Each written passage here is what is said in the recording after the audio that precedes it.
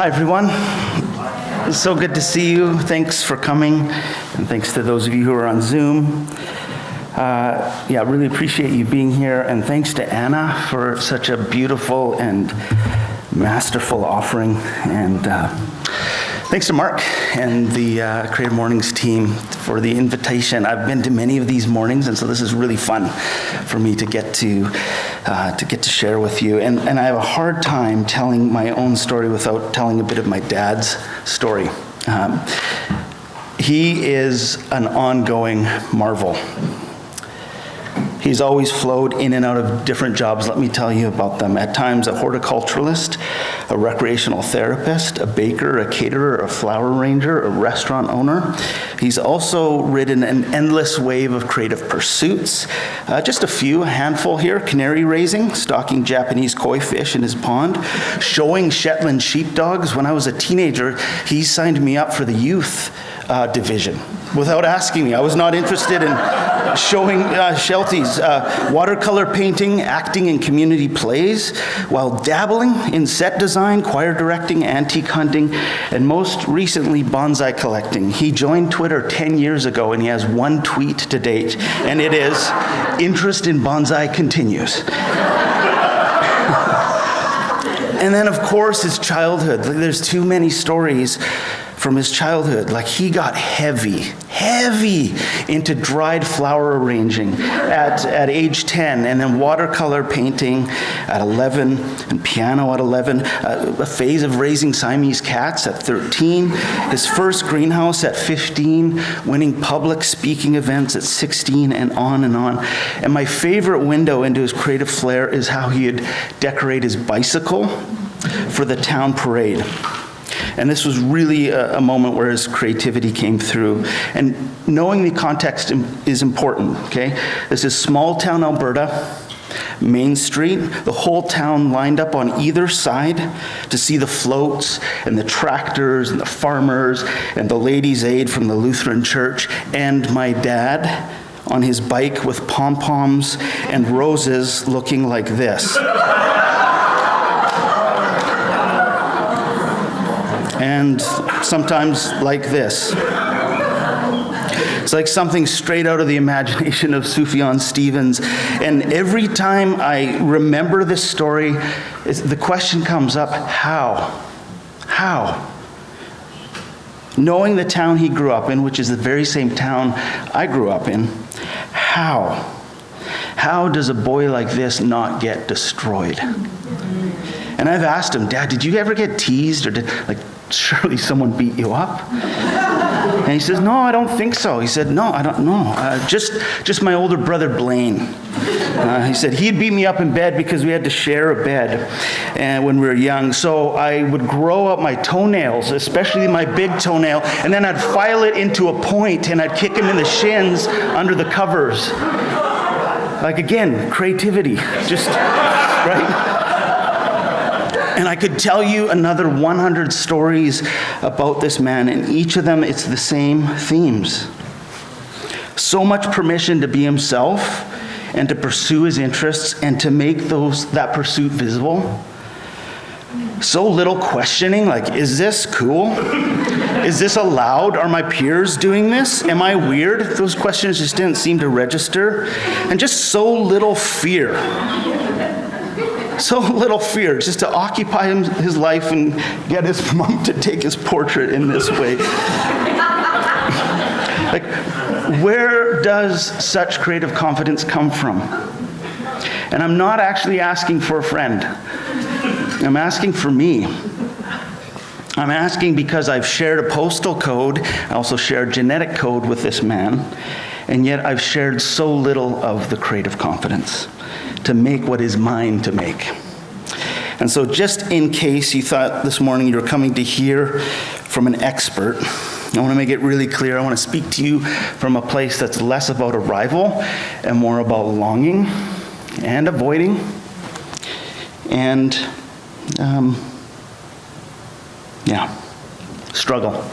struggle to make something out of my own life, which I think has everything to do with this morning's theme, spirituality.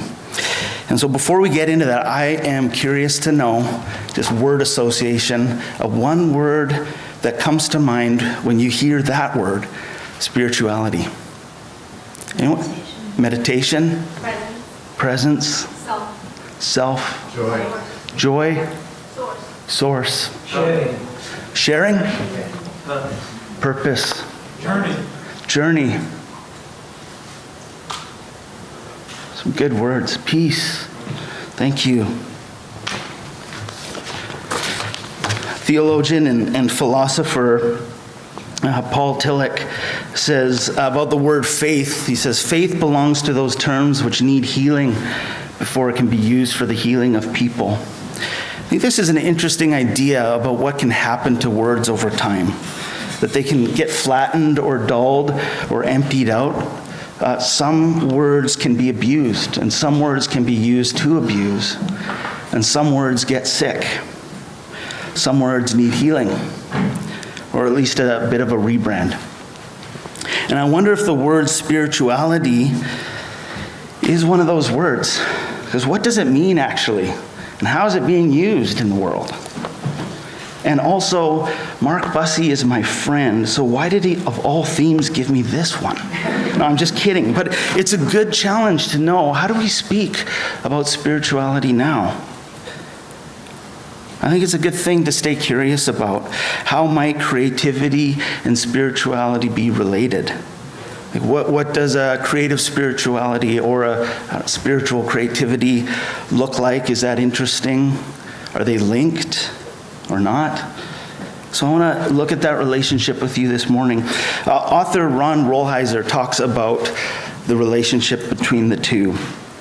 And he's talking about the human condition, and he says, there is within us a fundamental dis-ease, an unquenchable fire that renders us incapable in this life of ever coming fully to peace. This desire lives at the center of our lives, in the marrow of our bones, and in the deep recesses of the soul. And he goes on, at the heart of great literature, poetry, art, philosophy, psychology, and religion lies the naming and analyzing of this desire. Spirituality is ultimately about what we do with that desire, what we do with our longings, both in terms of handling the pain and the hope they bring us. That is our spirituality. And if this is true, if spirituality is what we do with our longings and our restlessness, if it's what we make out of the human experience, then spirituality is an act of making. And if it's about making, then where does creativity begin and spirituality end? And does the distinction even matter? If it's what we make of the world, how we respond to our appetites and to our neighbors and to the natural world and to the presence or absence of the divine, then there's some really interesting implications, I think. Like for those of us who might say, I'm not spiritual, or I don't have a spirituality, maybe you do, if it's an act of making. Considering the ways we all make, the things we make up with our imaginations, or how we make up lies that we tell ourselves and others, the ways that we make do or make it happen, the ways we make love and make peace and make war, and how we make up after a fight, we are always making something. And for those of us who would say, I am spiritual, I have a spirituality, and it consists of this practice and this belief and this rhythm, it's this.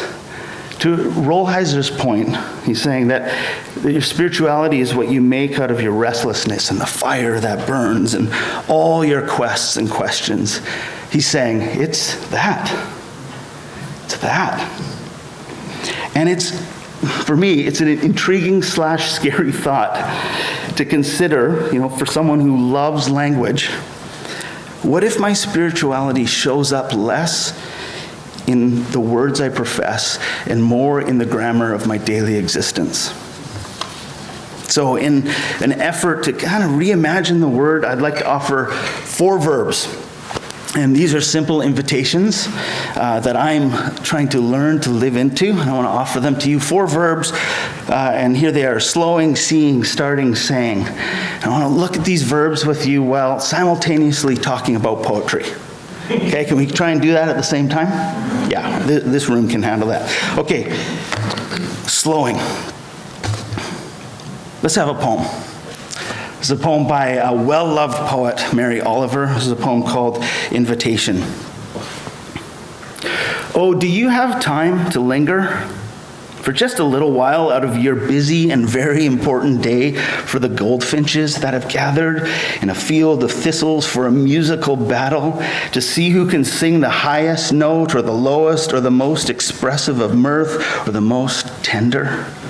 Their strong, blunt beaks drink the air as they strive melodiously, not for your sake and not for mine and not for the sake of winning, but for sheer delight and gratitude. Believe us, they say, it is a serious thing just to be alive in this fresh morning in the broken world. I beg of you, do not walk by without pausing to attend to this rather ridiculous performance. It could mean something. It could mean everything. It could be what Rilke meant when he wrote, "You must change your life."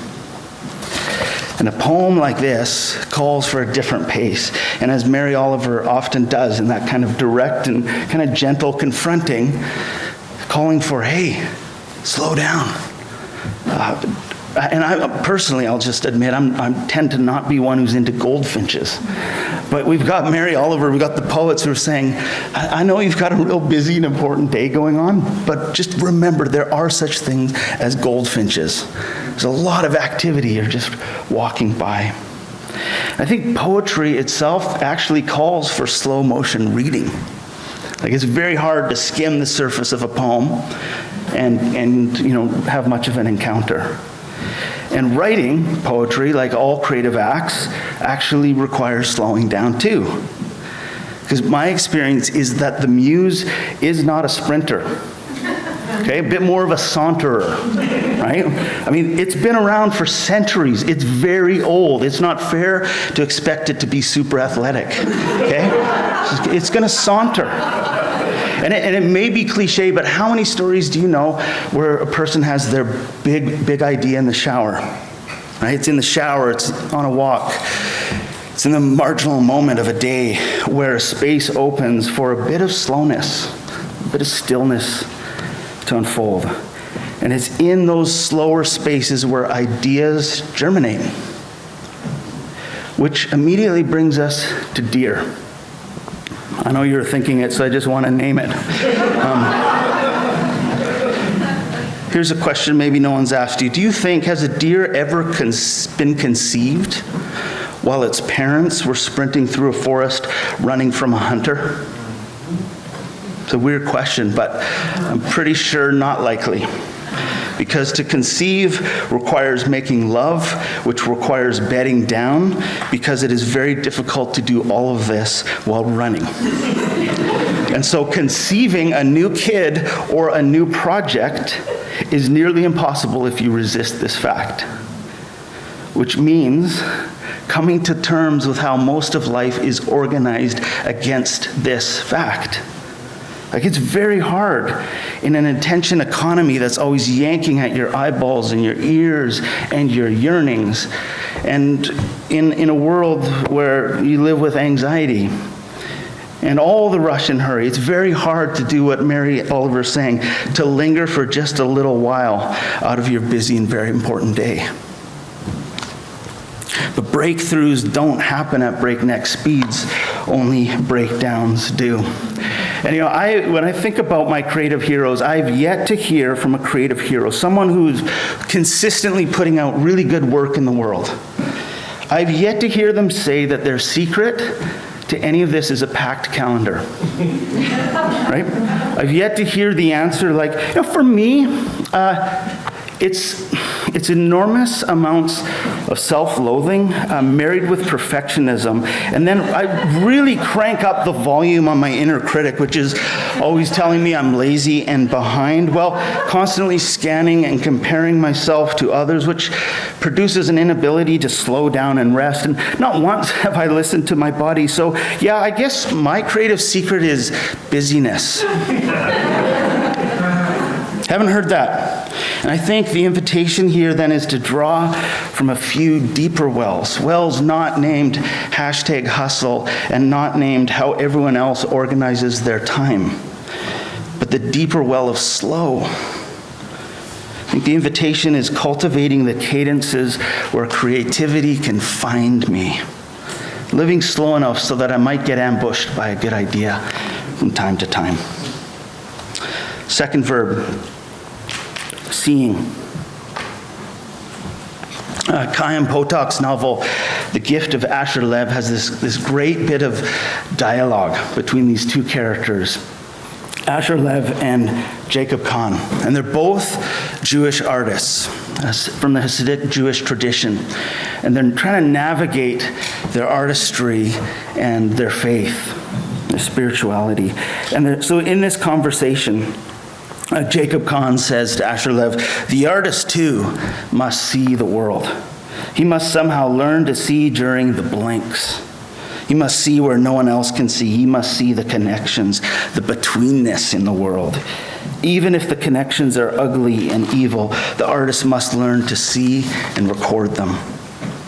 And then Asher Lev responds to Jacob Kahn that a rabbi too must see the connections. And if a rabbi truly sees, if he is able, through the goodness and the mercy of the master of the universe, to see as the master of the universe himself sees, then he will see that all is good. And then Jacob Kahn says, it is the task of the artist to see. If what he sees is good, then fine. If not, then not. But all agree, Asher Lev, that it is the task of a rabbi and of the artist to see, to look. And I think art and, the great contemplative traditions are really saying the same thing. Slow down, learn to attend, be aware that there's more going on here, and see. See people. See the connections everywhere. Behold. And I think it's this ability to see that reading poetry sharpens. And it's also this ability to see that enables poetry to be written. And because poetry really is just distilled attention. It's learning to see and to sense and to notice what is. And I want to make sure we're clear that it's the whole range of seeing, like from the profound and the deep, the mysteries, to just the mundane and the everyday, those little snapshots. And so I want to share a poem with you. This is out of one of my moments where I was trying to see, not so much, I don't think, in the profound, mysterious, insightful end, more on this end. And I was just trying to see what's going on here every time my youngest son and I say goodbye to each other before he goes to school. I just wanted to see. And so I had a moment after he went to school to try and face the empty page and write it down. So this is a poem called Salami Waves. Because we share Wi-Fi, a love of chickpeas, and a genetic code, because the hallways and rooms of our house always run into each other, because you are my son, who wears my t-shirts and much of my face, we're always tangled the same and different. We are meeting each other again every morning. Mostly, we're playing this game where we look for words to assure and astonish one another amidst the familiarity and unfamiliarity that is family. We're trying to say, I love you, to scale. I love you as big as a salami wave, you used to say before learning it was tsunami. I love you as big as T-Rex's balls, I say, trying to make you laugh. I love you as big as a mountain stacked on top of another mountain, you shout over your shoulder on the way to school. Your images always say it best, because sometimes around here it does feel like we're inundated by wave after wave of cold cuts. But mostly because we are always squinting our imaginations to see and say this ground we share, that you're right does feel stacked, feels like granite, grace upon grace. I think the invitation in seeing is to grow the eyesight to see the mystery in the everyday moments. Third verb, starting. And this might be one of the hardest things to make, the starting line. Like making a start, whether it's staring at the empty page with the cursor blinking, whether it's just trying to make a start on a project. I think starts might be one of the hardest things to make. Because there's so many reasons not to, right? There's so many. And so many of those reasons sound very responsible and adult. Like, I've got a massive mortgage. The economy is soft.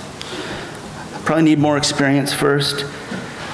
Or one of mine that my wife always bugs me is like, I should probably shave, right? Working on a deadline and suddenly very concerned about hygiene and upkeep and yeah, it's definitely time to be shaving. Should be writing. So all the big and small ways we put off the future, right? I mean, how many people do you know?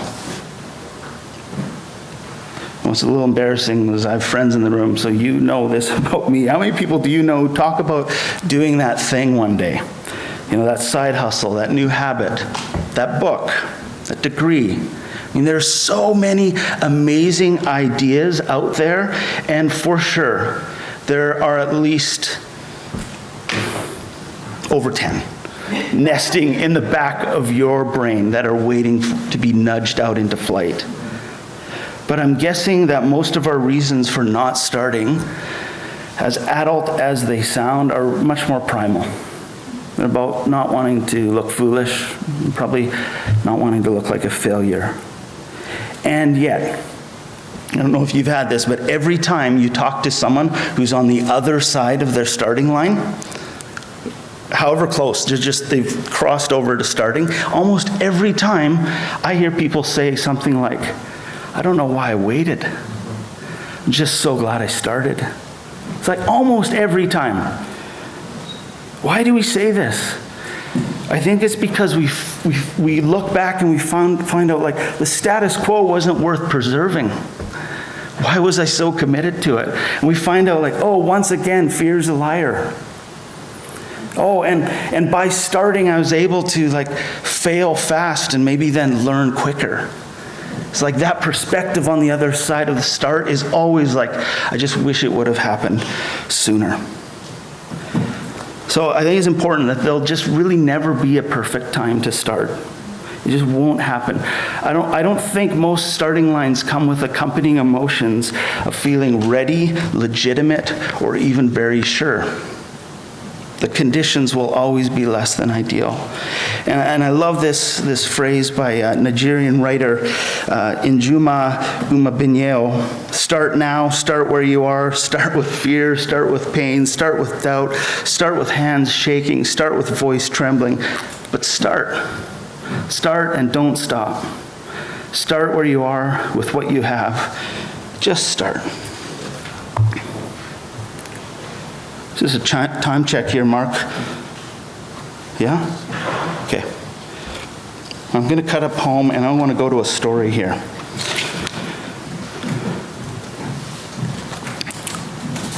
Yeah, beginning before you're ready, and then the last verb here is in saying. I love how Audre Lorde, the poet, talks about how poetry helps name what we always have felt but couldn't say. I think that's what all art does, helps us to name what we felt but couldn't say. And she says when we give voice to our experience, those fears which have ruled us, which have held us back before that starting line, inform our silences, begin to lose their control over us. And she writes, poetry is not a luxury. It is a vital necessity of our existence. It forms the quality of light within which we predicate our hopes and dreams toward survival and change. First made into language, then into idea, and then into more tangible action. So saying, of course, includes poetry, which is what Lorde is talking about, and includes language and speaking and storytelling. Saying, at its core, means using your voice, as Lorde says, which means being heard and seen, which means becoming audible and visible in the world. So saying in all its ways that we can use our voice to make something of the world is very much a public and political act. Using your voice means crossing from invisibility to visibility. And as Maya Angelou says, well-known line, there's no greater agony than bearing an untold story inside of you.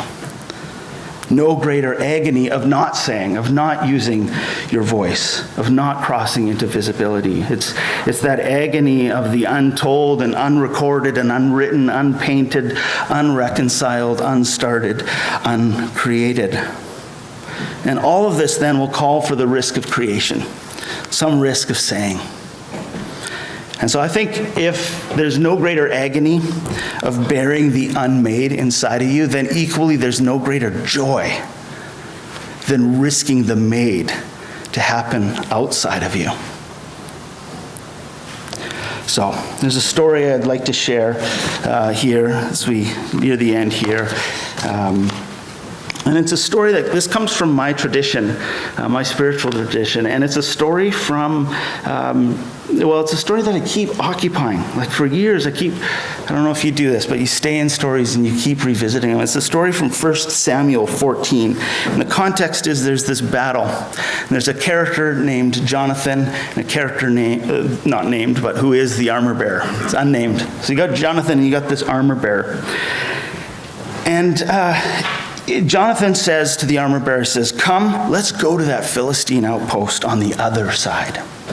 And so Jonathan's got some restlessness. He's got a longing for change and maybe a bit of a hunger for a kerfuffle or two. He says, let's go over to that far outpost. And so the possibility that Jonathan's seeing looks impossible to everybody else. Nobody else is saying, let's go over to that far outpost. And it looks impossible because rightfully so. It's going to mean crossing over to this other side, and that involves risks because on each pass was a cliff.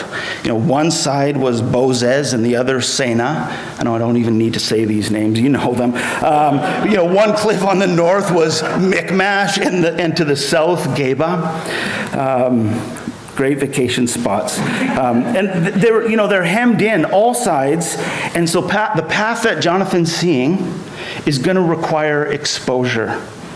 They're going to be susceptible to attack because they don't have the higher ground. And in all likelihood, they're going to have to put their weapons away, which I think is significant.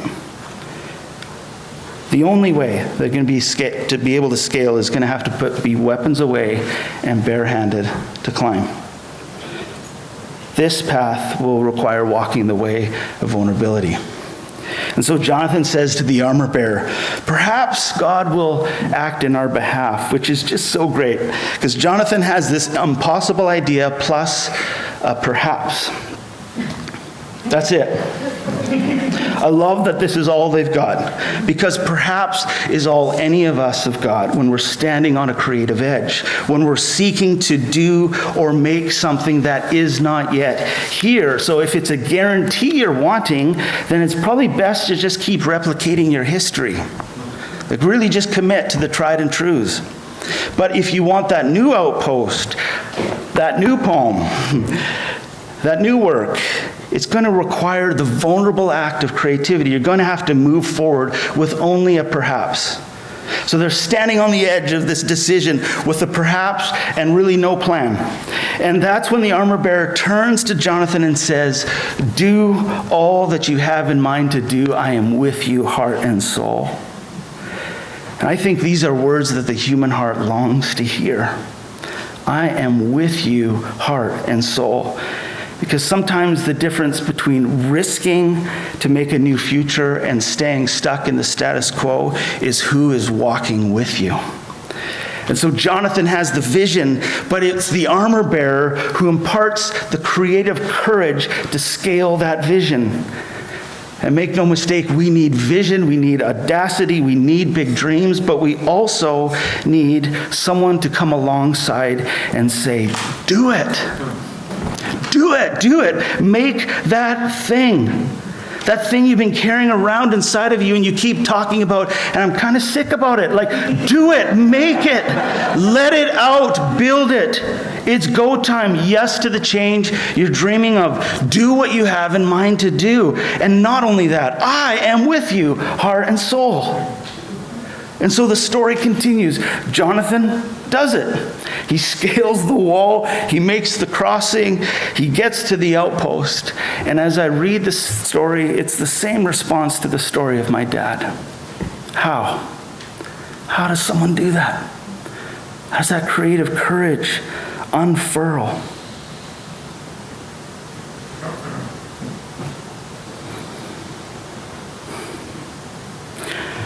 I don't think Jonathan needed more technique. Definitely didn't need another conference. I don't think Jonathan needed more time. I think what Jonathan needed was a deposit of creative courage that would unlock what was already his. I think each of us have our own Jonathan work to do, don't we? To make what is ours to make, which calls for a crossing of some kind and will include vulnerability and risk and resistance. So here's something I want to tell myself again today, and I would like to tell any of you who aren't particularly feeling all that Jonathan-y.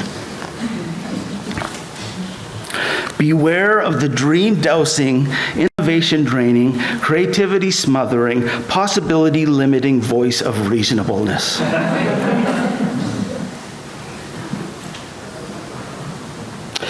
Your best work doesn't live in the land of reasonable and ready. It lives in the land of risk. This week I got to celebrate my friend's Jonathan moment. My friend Nelson put out his book, The Growing Season. This is a book on spirituality and wine. And he had 2 book launches on Monday and Tuesday. And it was just so great to watch a human cross over into visibility. Just like he scaled something as impossible as putting a book out into the world. Like he did it. He's like, 5, 6, 7 years he's been working on this thing. This is just an amazing Jonathan moment. And I think each of us also have our armor bearer work to do. Because spirituality and creativity are political.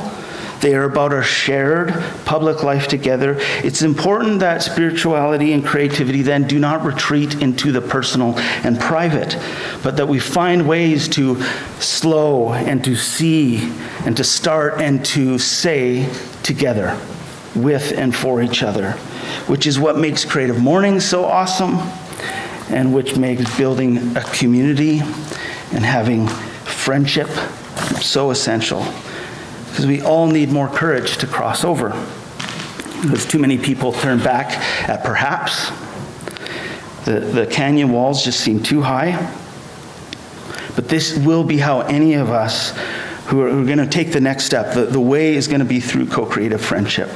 So I also want to say, Become that dream-nourishing, innovation, unlocking, creativity catapulting, possibility expanding voice of unreasonableness for others.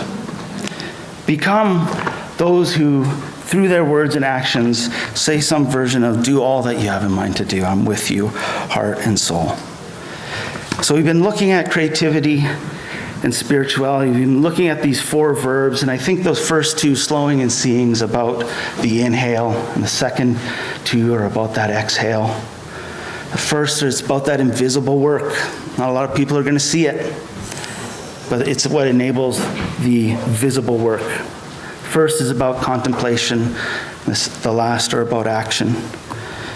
And as we've been looking at creativity and spirituality, I think that slash, it could be done away with. Like it probably looks more like this.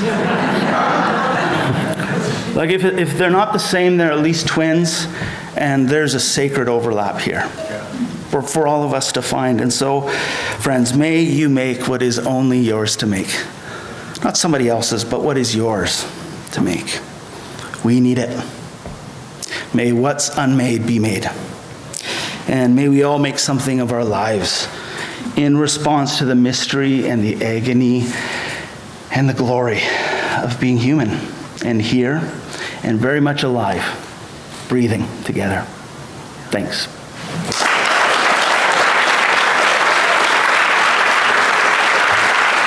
Okay. So I am Merv Griffin, and you are, I don't know, the whatever Merv Griffin's guests were called. Get up there. How would you like to do this? Do you want me just to run around and randomly take questions, or do you have any prompts? Do you want to read us a poem? Do you want to ask the audience a question? How do you want this to go down, sir? Too many options. Where to start? I don't know. Maybe just a question? My name's David. Lance, what's your next perhaps moment? It's felt like they kind of come wave after wave, at least in my pandemic world. It's just been lots of change. My next perhaps moment, I was hoping that this talk for myself, to be really candid, would be a bit of a defibrillator on my own creative work. So it's been a busy season over the pandemic. I've changed jobs a few times, and so I've been ignoring my craft. So my next perhaps is probably just getting down to work, writing more, being less reasonable about my time. Yeah, thank you. Is that a hand up? No? Thank you so much, Lance. I love the talk. When you asked about spirituality and a word association, I thought Lord, and I was a bit shy to speak it out.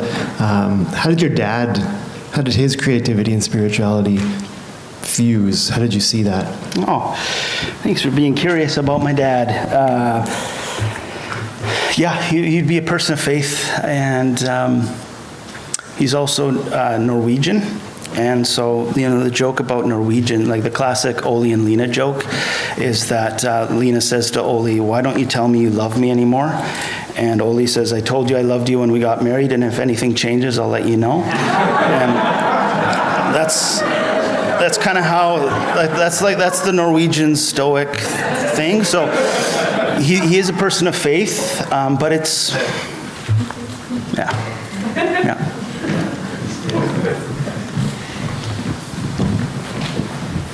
Speaking of, my name's Annie. Speaking of defibrillation, What do you feel is at the heart of stuckness? There seems to be sort of a chronic stuckness for myself and other people. Yeah, I'm interested in that question too. Like, how many species of stuckness are there out in the world? Because if we can understand it, then we might be able to design for it and unlock it. So I think there's a lot of kinds. I think just one of the roots has to be fear of some kind. We know that even in neuroscience, our brains, like the amygdala hijack, when there's not safety, our amygdalas take over the whole system, and that's that fight, flight, freeze. So at least part of the freeze, the stuckness, I think, is related to the relationship between fear and safety. So I think that's a core one of figuring out. I put this in the the intro notes. One of my favorite definitions for creativity is Elizabeth Gilbert's, where she just says, creativity is choosing curiosity over fear. So I think curiosity might have something to do with unstucking. Yeah. You just did the words. Yeah, the quote. Yeah, this is Elizabeth Gilbert. She says, creativity is choosing curiosity over fear. Yeah. Thank you very much. I'm Shiraz.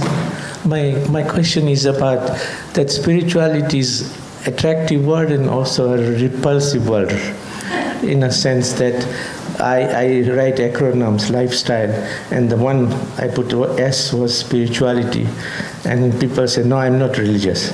But if I use the word sharing, that means sharing your creativity, where I call every person a fruit tree. So I am a fruit tree, and when I look at my orange tree, I see my creativity in my image of creativity, and then I share it. So spirituality comes from sharing with yourself, the creativity. Like your father watched the bicycle and he saw his creativity, and then he shared with the community on the street. So that's a metaphor I use. Thank you for sharing that. It's really beautiful.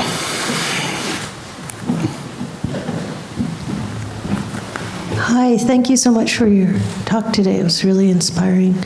I'm curious about, in this, I think it's like this hyper-mediated age, because we are so much more connected than we've ever been before, especially what's been fascinating to me about COVID has forced us into this kind of weird, synthesized online connections, which to me, I had hoped, or I still have some slight hope, that is going to bring us closer together and going to make us more responsible in our global activism.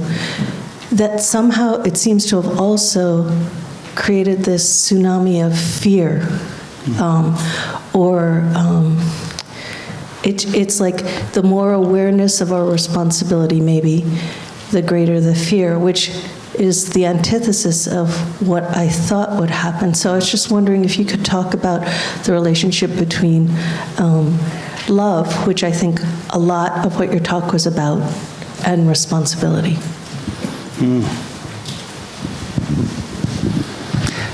Yeah, thank you. That's at least one coffee conversation, probably two, isn't it? Yeah, I think that I didn't use that word, but as you say that, that's helpful to me to go. Yeah, that's what I was trying to get at with I'm with you, heart and soul. And I think maybe that's a good, for now, working definition of what love might look like. Witness and advocacy and presence, which, as you're saying, it gets complex when there's many ways that's mediated, and that our ability to be present to each other really gets diffused, doesn't it? And fractured with all the ways we connect online and so on. So I was thinking on the way over here that someone else said about spirituality is mostly about how we seek to mend and connect. So there's another interesting idea. And I was just thinking with the Rogers network being down this morning, I at least for me, so much of modern life feels like having a phone. You got all the tech, you have the hardware, but it's offline, or it's in airplane mode, or the network's down. And so really the secret is that connection, finding ways to make the thing work. And so if life's just about the hardware and the tech, without that kind of the invisible pieces of connection that exist through love, then you're just kind of left with more disconnection and a gadget. I don't know if that gets to what you're asking about, but yeah. Happy to report that the network is still down. So everybody, you get to totally take your time this morning. You got all kinds of excuses to show up. Like, I have no idea what's going on. There's a hand. Yeah. So I see you. She's going to be our last question. We have a penultimate question. Do you know that for years I thought penultimate was like better than ultimate? Until someone finally said, Mark, you're using that word totally wrong. It means like the second before the last. Anyway, so we have one on Zoom. So I'm going to hand the mic to Alex, who's going to do it on behalf of that person. Hey there, Lance. This is a question from Alicia Blancart. On the subject of some words needing cleaning, how do we reclaim spirituality from religion? What was the first part? Some words need... Cleaning was the word used. Yeah, I wonder if that kind of bifurcation, I get why that can be necessary for a lot of people. So if that's important for some to kind of separate that, then I want to honor that. And I also think there's ways that maybe that's not a helpful bifurcation, because the word religion, that means to bind. And so I think that's it's in the etymology. It's tricky. There's a lot of binding that happens in religion. There's a lot, right? There's a lot of that, but it also means the ways that we bind up wounds. That's related to the word. How we bind, how we mend, again, it's in that word. So it's tricky. It's loaded. So I think there is both great, as we've seen, poison and medicine in the word religion, and that's part of our moment right now, of trying to separate and decolonize and sift and sort. So, yeah, I think that distinction can be really helpful, and for many can be healing. And I also think there's healing in mending even those two words and notions. Hi, I'm Roxanne. You've talked a lot about your dad this morning. I'm just curious, what do you think and hope your kids will say about you in 20, 30 years? What a generous question. You get a book. Yeah, that's a generous question, a scary question at the same time.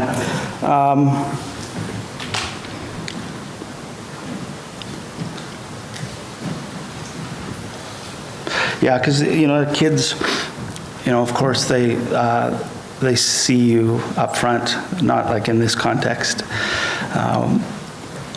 But I'm pretty confident they'll know that what I valued, which was a lot of disruption and frivolity and ridiculousness and humor. These are high values for me, and connection and healing and faith. I trust they'll get from me what is true about me, and they'll get some of the bad too.